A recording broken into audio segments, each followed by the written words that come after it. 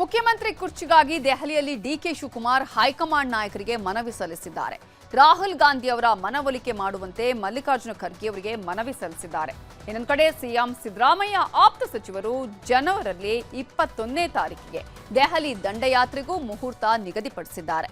ಇವೆಲ್ಲದರ ಮಧ್ಯೆ ಸಚಿವ ಜಮೀರ್ ಅಹಮದ್ ಬೀದಿ ದಾಸಯ್ಯನನ್ನ ಸಿಎಂ ಮಾಡಿದ್ರು ನಾವು ಒಪ್ಕೊಳ್ತೀವಿ ಅಂತ ಹೇಳಿ ಹೊಸ ಚರ್ಚೆಯನ್ನ ಹುಟ್ಟುಹಾಕಿದ್ದಾರೆ.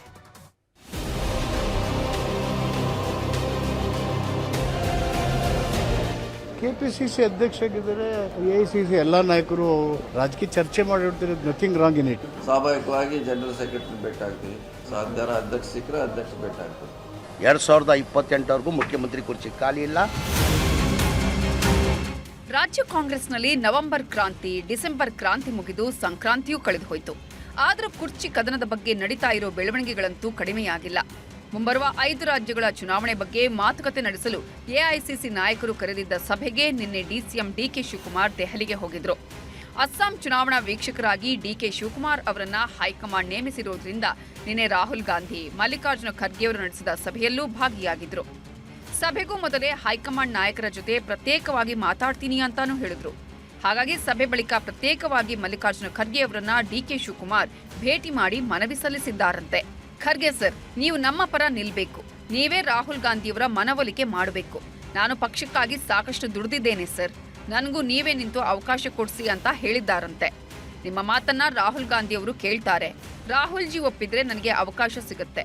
ಹಾಗಾಗಿ ನನ್ನ ಪರವಾಗಿ ನೀವೇ ಮಾತಾಡಬೇಕು ಸರ್ ಅಂತ ಖರ್ಗೆಯವರ ಬಳಿ ಡಿಸಿಎಂ ಮನವಿ ಸಲ್ಲಿಸಿದ್ದಾರೆ ಅಂತ ಗೊತ್ತಾಗಿದೆ.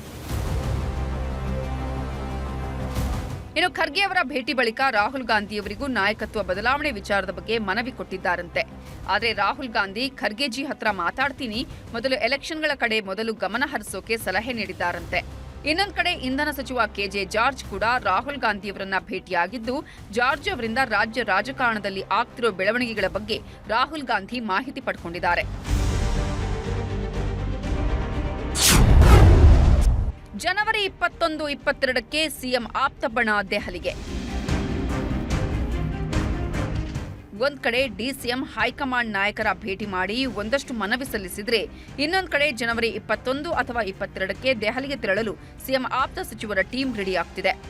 ಜನವರಿ 21-22ಕ್ಕೆ ದೆಹಲಿಗೆ ಹೋಗ್ತಿದ್ದೀವಿ ಅಂತ ಲೋಕೋಪಯೋಗಿ ಸಚಿವ ಸತೀಶ್ ಜಾರಕಿಹೊಳಿ ಸ್ಪಷ್ಟಪಡಿಸಿದ್ರು. 2028ರವರೆಗೂ ಸಿಎಂ ಬದಲಾವಣೆ ಇಲ್ಲ ಅಂತ ಇನ್ನೊಂದು ಕಡೆ ಸಚಿವ ಮಹದೇವಪ್ಪ ಹೇಳಿದ್ರೆ, 2028ರವರೆಗೂ ಸಿದ್ದರಾಮಯ್ಯನವರೇ ಸಿಎಂ ಆಗಿರ್ತಾರೆ. ಯಾವುದೇ ಬದಲಾವಣೆ ಆಗಲ್ಲ. ಒಂದು ವೇಳೆ ಹೈಕಮಾಂಡ್ ಬದಲಾವಣೆಗೆ ನಿರ್ಧರಿಸಿದ್ರೆ ಬೀದಿಯಲ್ಲಿ ಹೋಗೋ ದಾಸಯ್ಯನನ್ನ ಸಿಎಂ ಮಾಡಿದ್ರೂ ನಾವೆಲ್ಲ ಒಪ್ಕೊಳ್ತೀವಿ ಅಂತ ಜಮೀರ್ ಅಹಮದ್ ಹೇಳಿಕೆ ಕೊಟ್ರು. ದಿಲ್ಲಿ ಈಗ ಹೋಗ್ತಾ ಇದ್ರಲ್ಲ, ನಾ 21 ಹೋಗ್ತಾ ಇದ್ವಿ. ರಾಹುಲ್ ಗಾಂಧಿ ಅವರು ಭೇಟಿ ಮಾಡ್ತೀವಿ. ಇಲ್ಲ ರಾಹುಲ್ ಗಾಂಧಿ ಇಲ್ಲ.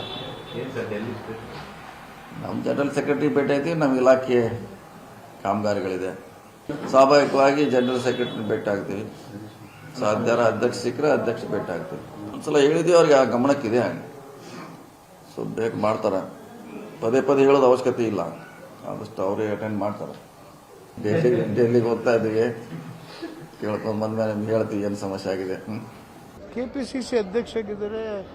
ಎಐಸಿಸಿ ಎಲ್ಲ ನಾಯಕರು ಅವ್ರಿಗೆ ಸಹಜವಾಗಿ ಪರಿಚಯ ಇರ್ತಾರೆ. ರಾಜಕೀಯ ಚರ್ಚೆ ಮಾಡಿರ್ತಾರೆ. Nothing wrong in it. ಅಲ್ಲ, ಸಿಎಂ ಕುರ್ಚಿಯ ವಿಚಾರದ ಚರ್ಚೆಗಳ ಅದು ನನಗೆ ಗೊತ್ತಿಲ್ಲ. That I don't know. 2028ವರೆಗೂ ಸಿದ್ದರಾಮಯ್ಯವರು ಇರ್ತಾರ ಅನ್ನುವಂಥದ್ದು ಈಗ ಇರೋದ್ರಿಂದ ಹೋಪ್ಫುಲಿ ಇರ್ತಾರೆ ಅನ್ನೋದೇ ನನಗೆ ನಂಬಿಕೆ.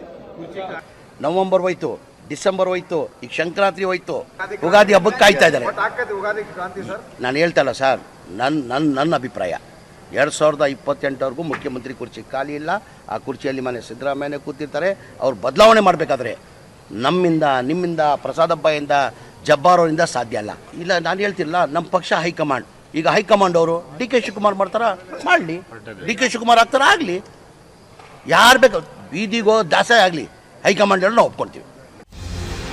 ಸದ್ಯಕ್ಕೆ ರಾಜ್ಯ ರಾಜಕೀಯದಲ್ಲಿ ನಾಯಕತ್ವ ಬದಲಾವಣೆ ಬಗ್ಗೆ ಆಗ್ತಿರೋ ಚರ್ಚೆಗಳಾಗೇ ಉಳಿದಿವೆ. ರಾಜ್ಯ ನಾಯಕರು ದೆಹಲಿ ದಂಡಯಾತ್ರೆಯನ್ನ ಮುಂದುವರಿಸುತ್ತಿದ್ದಾರೆ. ಸದ್ಯದ ಬೆಳವಣಿಗೆಗಳನ್ನ ನೋಡಿದ್ರೆ ಪಂಚ ರಾಜ್ಯಗಳ ಚುನಾವಣೆವರೆಗೂ ಕುರ್ಚಿ ಕದನ ಕಂಟಿನ್ಯೂ ಆಗಬಹುದು. Bureau report, news 18.